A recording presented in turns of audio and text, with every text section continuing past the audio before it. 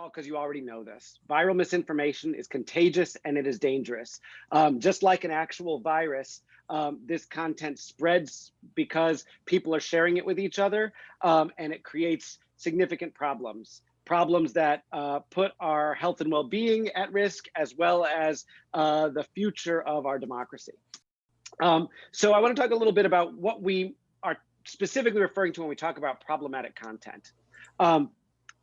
These are a couple of different areas. You'll note false and fabricated information isn't listed here because that's sort of the baseline. That's obvious, right? But beyond that, we're talking about content that uses fear and manipulation, right? Content that tries to make you feel scared, angry, or self-righteous to get you to change your behavior.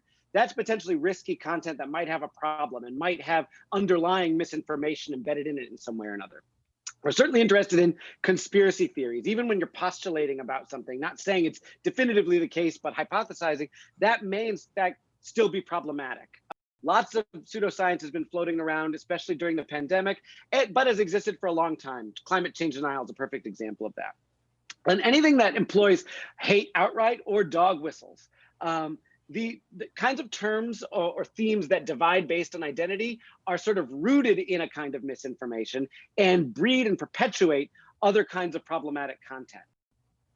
The big overarching idea that I want to make sure everyone recognizes is this point at the bottom. It doesn't have to be false to be a problem, right? False is the easy stuff. All the rest of this stuff is a lot harder. It requires more vigilance, but can be just as, if not more problematic. The most concerning theme that I see cropping up around the election is about an impending civil war. This is a growing theme that is appearing on both sides of the political spectrum and is at this point starting to grow into almost a fait accompli. Like, it is going to happen. Whatever the outcome of the upcoming election, there is likely to be violence. And I'm not arguing that there is likely to be, but that the messages on social media are arguing that there is likely to be. And that is sort of seeding the ground for actual potential violence. But at the moment, there is no reason to believe that there will be violence. And so all of the conversation and messaging around it is problematic because it's amplifying the potential risk for violence that we clearly do not need. It's about voting access. This is one that is persistent. This is not the first election where we're seeing this, but messages about voting itself. So when can you or can't you register for a mail-in ballot or absentee ballot, when, where, and how you can vote.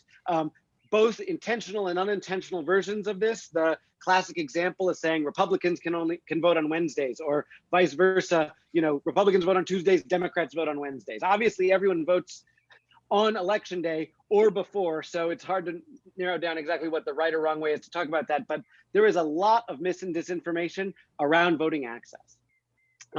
There is even more mis and disinformation around ballot risks. I think the classic thing that we've seen, and I'll show some examples of it, are ballots being thrown out. Now that we have this massive volume of vote by mail and absentee voting, and a lot of rhetoric about fraud related to absentee voting and vote by mail, we're seeing a lot of mis and disinformation around it.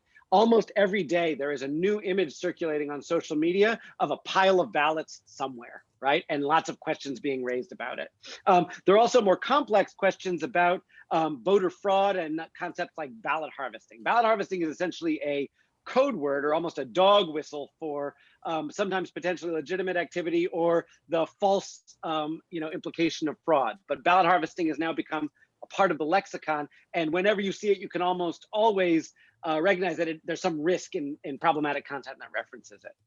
And then finally, this big, broad, unfounded fear-mongering. So allegations about stealing or rigging the election, right? It's connected to a bunch of those other themes, but in and of itself is its own theme. And so we see quite a lot of that, and that message is sort of part of the drip, drip, drip of problematic content that people are experiencing on a daily basis that is undermining their faith in democracy, undermining their faith in our institutions, and sort of laying the groundwork for chaos come November 4th.